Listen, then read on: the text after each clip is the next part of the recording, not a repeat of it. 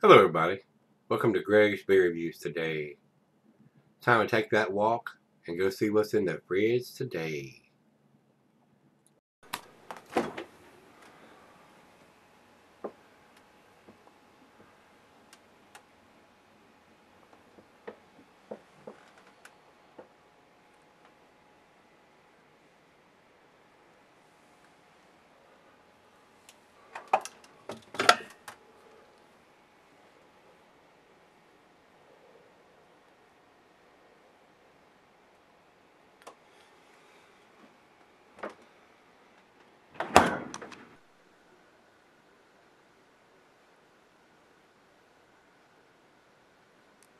Hey everybody, thanks for stopping by Gregsbeerreviews today. Today's beer is Old 21, done by the Brew Kettle. They're out of Strongsville, Ohio. This was sent to me by Dave.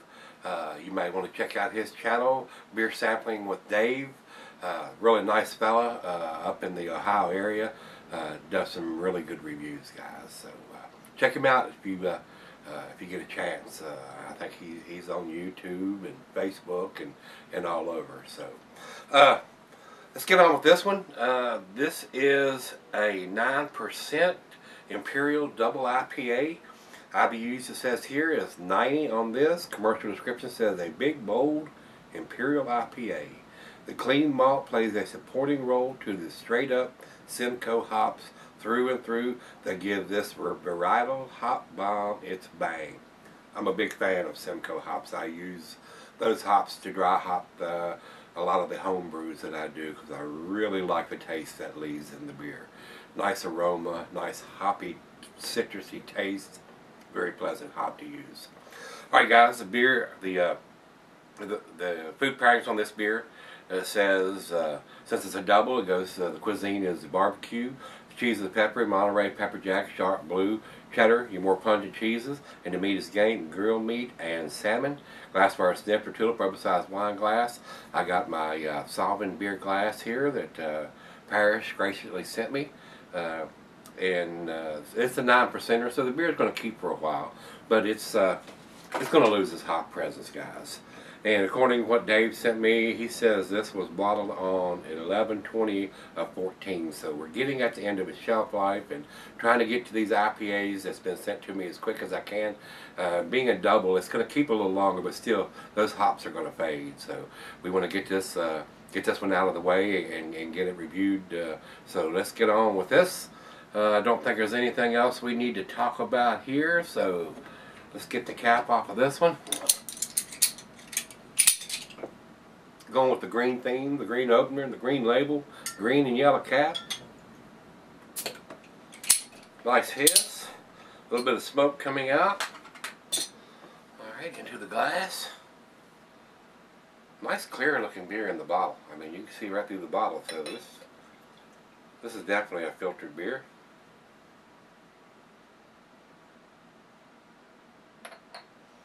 Put that up there where y'all can see it.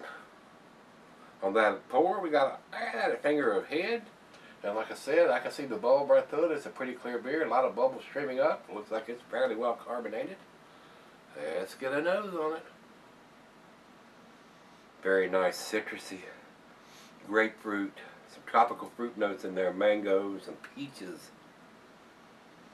Nice piney aroma too. Very pleasant smelling double IPA.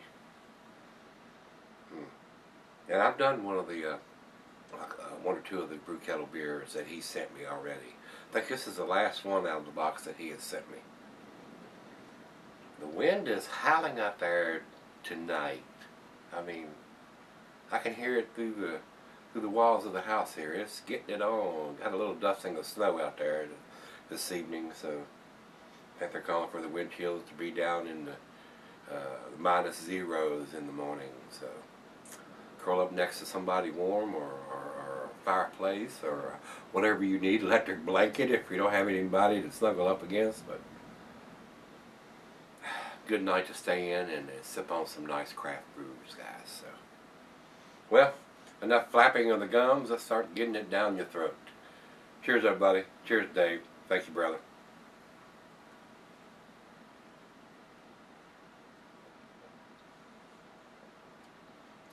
Oh yeah, very tasty double IPA. All those notes in the aroma are in the taste. Very citrusy, pine, grapefruit, pineapple, mango, peaches, oranges. A lot of stuff going on with the hops in this.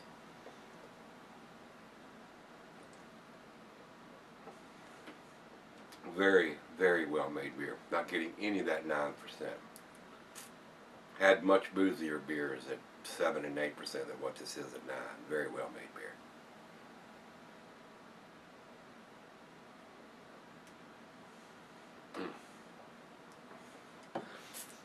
Wow, very tasty. Very, very tasty. Nice beer. Nice first beer of the day anyway. Starting out on the heavier side, just trying to get some of these IPAs done. So you usually start off with a single IPA, then move up to a double, and what have you, maybe even a stout after that. But we're starting off with a double tonight, so I want to get this one out of the fridge and get it reviewed. Like I said, from what he's told me, this was done in November, and December, January, February. So it's right at 3 months old. So you can just imagine if it's this tasty and this hoppy at 3 months, what it's going to be like if you'd picked it up at the end of November and give it a shot. So very, very well made beer, guys. So, well, let me take it back and let her get a sip or two or three, whatever she likes, and sip on it for a little bit, and we'll come back and do the final chug. But this looks like a winner, guys. Alright, guys, I'm back. Got this a little left here. She loved it. I gave her 3 or 4 drinks out of it. She had to work today on a Saturday, as a matter of fact. That's when I'm doing this review, on a Saturday evening. And she had to work all week long, 9, 10 hours a day. And then she had to work 10 hours a day. So they're kind of working her butt off over there where they at, because they got a bunch of people who don't know their ass from a hole in the ground. So she was ready for a beer and a cigar when she got home. So I let her drink at least half of this, and not a little bit more. But it is a very tasty beer. It is an awesome tasting beer, very well made beer. The only thing I could fuss about, and of course Dave sent me a little card when he sent me the beer mail, that this was done, bottled on November the 20th. There's nothing written on the bottle. They are probably either dating the 6-packs or the case. So that would be the only fuss I have about this, that they're not dating each individual bottle. But pretty damn tasty for a beer that's almost 3 months old. So let's do the final chug.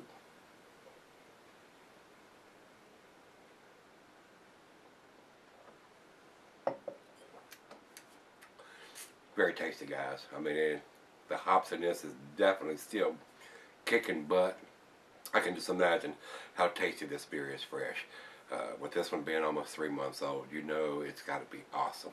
I'm sure they've already faded a little bit, but they still very damn present in what I'm drinking right now. So very awesome beer.